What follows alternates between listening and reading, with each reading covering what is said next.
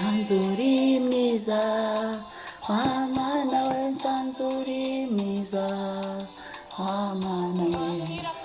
Byuka dushimira Imana, byuka usingiza Imana, haleluya. Imana irakundana, narabibonye, Imana irakundana, narabibonye, haleluya. Nsanzuri mwiza yo, Mana we nsanzuri mwiza, Mana we. Shima Imana, tubyutse amahoro, umwami asingizwe, haleluya. Imana irakundana, narabibonye, Imana irakundana, narabibonye. Yesu aragukunda, Yesu aradukunda. Nsanzuri mwiza yo, data we urankunda, uradukunda, uri mwiza, udukorera ibyiza, haleluya, haleluya. Narabibonye, Imana irakundana, narabibonye, Imana irakundana, narabibonye. Iyo uradukunda Mana, nubwo hari aho tudakora ibyo ushaka, uri mwiza Mana, uri mwiza, uradukunda uko turi, uri mwiza, uri mwiza, wowe udukorera ibyiza ridufitiye umumaro, haleluya. Uradukunda, waradukunze, uduha Yesu, waradukunze. Ntiwita ku byaha byacu, ahubwo urabyirengagiza. Ntiwita ku mafuti yacu, ahubwo urayirengagiza. Iki gitondo nushimwe, uradukunda, uturamukije amahoro, uradukunda, uduhaye ubuzima, uri mwiza Mana, wa Mana we. Amen, amen, amen, amen, amen. Wa Mana we, ndagushima Mana. Niki cyambuza kugushima? Kuri Imana yuzuye urukundo rwinshi. Imana irakundana, narabibo. Shimwa Mana iki gitondo ko turamutse amahoro. Shimwa Mana ko waturindiye aho turi nabo twari kumwe. Shimwa Mwami, shimwa Mwami kudahwema kutwiyereka. Shimwa Mwami, wowe uri mwiza nubwo twe turi babi, wowe uri mwiza nubwo twe gukora ibyiza bitunanira, wowe uri mwiza Mwami ushimwe. Tukurambura amaboko tugushimira. Shimwa kubw'urukundo rwawe. Kuri uyu munsi turavuze ngo Mana, shimwa kuko udukunda, shimwa kubw'ibyo dukorera Mwami, haleluya, amena, amena. Umwami ashimwe. Imana iragukunda, Yesu aragukunda. Iki gitondo ngiyo mwaramutse, mwaramutse niyo. Imana iragukunda, Yesu aragukunda. Ubimenye ko Imana igukunda uko nyine umeze, uko nyine byifashe. Imana igukunda ukuri, nacyo cyatumye itanga Yesu, ni urukundo rwayo rwinshi. Mwaramutse niyo, wirirwane ngo Imana irankunda, nanjye nirirwane ngo Imana irankunda. Kandi yagiye bigaragaza kuduha Yesu ni urukundo, kutubabarira ni urukundo, nta kiguzi, ni ubuntu, ntacyo atwishyuza, ni ubuntu. Kuryama tukabyuka ni urukundo rwayo, kuba tubasha kuvuga ni urukundo rwayo, kuba tubasha gusenga ni urukundo rwayo. Ko gusenga no kuganira n'Imana, kubitwemerera tukaza kuganira nayo, gusenga mu gitondo tuyishimira, ni urukundo rwayo. Imana ishimwe. Reka dusome ijambo ry'Imana. Turasoma muri Zekariya igice cya 4 umurongo wa 5 kugera ku wa 7. Zekariya igice cya 4 umurongo wa 5 kugera kuri 7. Reka dusome mu izina rya Yesu. Marayika twavuganaga arambaza ati, ibyo ntuzi uko bisobanurwa? Ndamusubiza nti oya Nyagasani. Aransubiza ati, ijambo Uwiteka atumye kuri Zerubabeli ngiri, ati, si kubw'amaboko kandi si kubw'imbaraga, ahubwo ni kubw'umwuka wanjye, ni ko Uwiteka Nyiringabo avuga. Wa musozi munini we, wiyita iki imbere ya Zerubabeli? Uzaba ikibaya, azaza n'ibuye risumba yandi. Barangurure bati, nirihabwe umugisha, nirihabwe umugisha. amena. Umutwe w'amagambo hano muri iki gice cya 4 uravuga ngo Uwiteka akirisha umwuka we wera atari abanyamaboko. Haleluya. Uwiteka, umutwe w'amagambo ni kuvuga ngo Uwiteka akirisha umwuka we wera atari abanyamaboko. Haleluya. Umwuka w'Imana niwo Uwiteka akoresha akora imirimo cyangwa se atugirira neza, adutabara, dukiza. Noneho kuri 5 hano harimo iyerekwa ngo marayika twavuganaga arambaza ati ibyo ntuzi uko bisobanurwa? Ndamusubiza nti we ya Nyagasani. Aramusubiza ati ijambo ry'Uwiteka atumye kuri Zerubabeli. Ndagira ngo nkubwire ko uyu munsi Zerubabeli atakiriho, ni wowe. Uwiteka yatumye kuri wowe, ushyire nk'amazina yawe, ni wowe Zerubabeli w'iki gihe, ngo ngiri ati iryo jambo Uwiteka yatumye, ngira ati si kubw'amaboko kandi si kubw'imbaraga, ahubwo ni kubw'umwuka wanjye n'Uwiteka. Ni ku Uwiteka Nyiringabo avuga, ni kubw'umwuka w'Uwiteka kandi ni ku Uwiteka Nyiringabo avuze. Wa musozi munini we, uravugana n'umusozi uri imbere yawe kuri uyu munsi, wiyita iki? Imbere ya Zerubabeli, imbere yawe uzaba ikibaya. Azazana n'ibuye risumba yandi, barangurure bati nirihabwe umugisha, nirihabwe umugisha. Amen. Reka nkubwire rero iki gitondo umenye ko Uwiteka yahagurukije umwuka wera. Umwuka wera ni umwuka w'Imana, ni umwuka uva ku Mana, kugira ngo aze akoresha imbaraga z'umwuka wera ku buzima bwawe, ku misozi yose iri imbere yawe. Haleluya. Hano yari Zerubabeli yashakaga kubaka, hanyuma bikagenda bihura n'ibibazo. Hanyuma ariko Uwiteka hagurutse umwuka we kuri Zerubabeli kugira ngo yubake. Haleluya.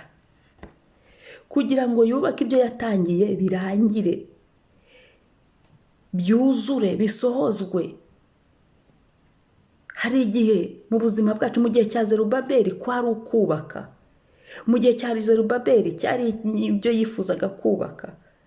Simbitinda hibi, ahubwo ndabaza ngo mu gihe cyawe ni uwuhe musozi uhagaze imbere yawe iki gitondo?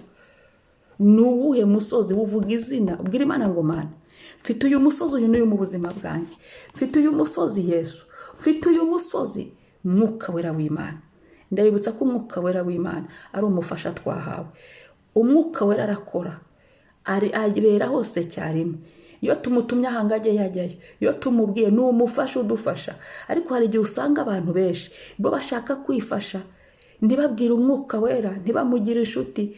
Ndakwibutsa ko Umwuka Wera twamuhawe, yaraje ari muri twe, agendana natwe, abana natwe. Ahubwo reka nkubaze, wibuka kumubwira ibyo ugiyemo? Wibuka kumuhama, wibuka kumwata Umwuka Wera ngiye aha tugendane? Mwuka Wera umvugire bunaka, ni we nahawe mfasha mu masengesho reka tunihira iminiho. Umwuka Wera wibuka kumubwira ati Mwuka Wera nsengera, mfasha gusenga, ngwino dusengane. Mwuka Wera ngwino dusengane. Kuko iyo Umwuka Wera witoje kubana nawe, hari ibintu byinshi turuhukaho. Abantu benshi bananiwe kuko badashaka gukorana n'Umwuka Wera, barimo barigenda na bonyine, barimo barifasha. Ariko muri uko kwifasha kwabo niho bananiriwe. Ariko iyo twemereye Umwuka Wera w'Imana ngo ngwino udufashe, Umwuka Wera w'Imana uyu twahawe kuri Pentekote, ubwo intumwa zuzuraga Umwuka Wera, natwe iyo twakiriye Umwami n'Umukiza, Umwuka Wera araza muri twe, ahubwo agenda yaguka, agenda abamwishe, agenda yigaragaza, agaragaza ibimenyetso bitandukanye ko ari kumwe natwe. Uko tugenda tugira inyota yo gushaka Imana, uko tugenda dusoma ijambo ry'Imana, Umwuka Wera agenda yigaragaza, agenda aba mwinshi muri twe, agenda twuzura, yuzura muri twe, yuzura uko usenga, yuzura. Noneho rero ubu noneho turabimenye gira umwuka wera inshuti, umufate umuganirize, arumva arakora kuko Imana yacu irumva. Zaburi 115 yavuga ibindi bigirwamana byose ntibigira amatwi, ntibigira amaso, ntibigira gutere, nta matwi, nta maguru, niki, ariko Imana yacu yakoze icyo yashatse cyose. Ni ukuvuga ngo umwuka wera w'Imana akora icyo ashaka cyose, asenga ibiri mu mutima w'Imana, aratureberera. Iyo tumwemere tukitoza kubana nawe, abana natwe. Aha rero Zerubabeli yahawe umwuka wera w'Imana. Haleluya. Imbaraga ze yari yarakoreye zo kurwanisha ngo si kubw'imbaraga, haleluya, ahubwo ni kubw'umwuka wera, si kubw'amaboko, ahubwo ni kubw'umwuka wera. Wakwemereye umwuka wera mugakorana, akagufasha, kari umufasha, araza akadufasha. Tumwemerere, mubwire ngo umwuka wera noneho ndadepoje, mfasha, mubwira gufashe. Hanyuma kandi ikindi, hano yarabajije marayika wa musozi munini we wiyita iki imbere ya Zerubabeli. Iki ni igihe cyo gufata kubaza imisozi, ubwira Imana ngo Mana, uyu musozi uri, uvuga izina ati mwuka wera nguyu, umusozi runaka, no umusozi w'ubugumba. Ubugumba bwo mbuvugaho cyane, ndambutanga urugero kenshi, kuko uyu musozi w'ubugumba ugomba kuba ikibaya mu bantu, mu izina rya Yesu. Imana ishoboye byose, Elohim, Imana irema. Amen, amen. Uzaba ikibaya, ngazaza nibuye risumba yani, barangurure batenera ihabwa umugisha. Yesu niwe buye rizima ryanzwe n'abubatsi, ariko ku Mana ryaratoranijwe. Haleluya. Emerera Yesu, emerera umwuka wera w'Imana. Iyi misozi iri imbere yawe iraba ikibaya. Emera umwuka wera, musengane, kuko araguhishuriraho urusenge. Kuko iyo twemereye kugendana n'umwuka wera, adukingura amaso akavuga ati noneho wari uri gusenga ibi, ariko ni ibi ngibi. Wari uri kuvuga ibi, ariko imbere y'Imana wakipozisiyona gutya. Wari uri gukoresha iyi ntwaro, kuko intwaro nyinshi ziri muri Bibiliya twasenga dukoresheje, ariko ari umwuka arakubwira ati no, bireke, koresha amaraso ya Yesu gusa. No, cece, kazenguruka bucece, akaguha strategy zo kurwana. Haleluya. Ndagira ngo wongere ugirire icyizere umwuka wera w'Imana. Numufasha, subiza ubushuti bwawe n'umwuka wera w'Imana, mukorane, mugendane.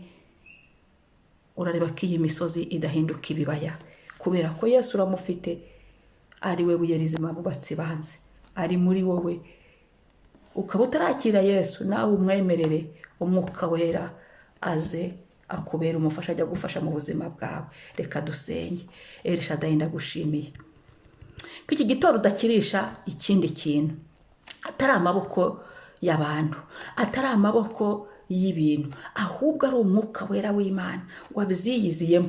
Impamvu umwuka wera tumukeneye kandi wakoze Mana kudutekerezaho, nuko hari n'ibiri mu isi y'umwuka, kandi twebwe turi umubiri, hari ibyo tutamenya mu isi y'umwuka, ariko umwuka wabera hose cyarimwe, arareba mu mwuka arebe no mu mubiri. Haleluya.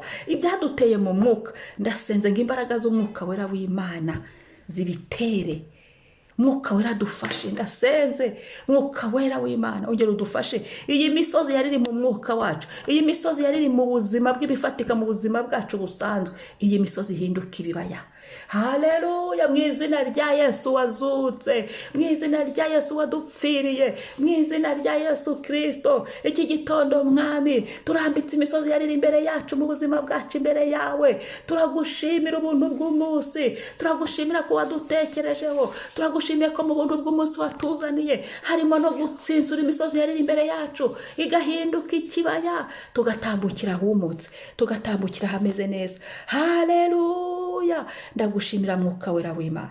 Urakoze Yesu ko ibyari imisozi imbere yacu ubihindura ikibaya.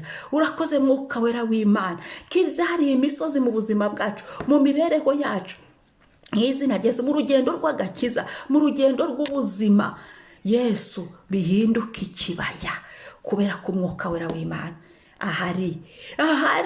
Ntabwo ariko twongera kwirwanirira, sizo twongera kwivugira, sizo twongera kubikora, ahubwo umwuka wera arakora mu bice byombi, mu isi y'ibifatika, mu buryo bw'umubiri no mu isi y'umwuka.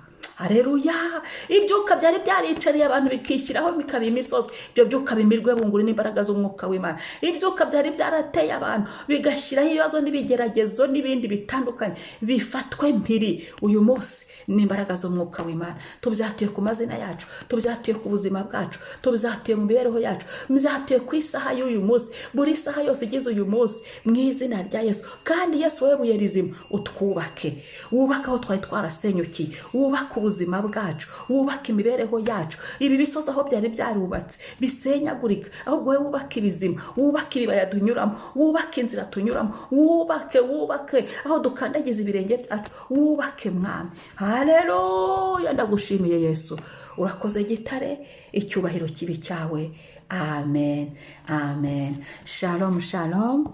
Umunsi mwiza. Mwari kumwe na Mama Ebenezer. Mwibuke gukora subscribe na share, kandi ugira abantu kanguye basenge. Gira umuntu umubwiye, gira abantu babiri, mu izina rya Yesu Kristo.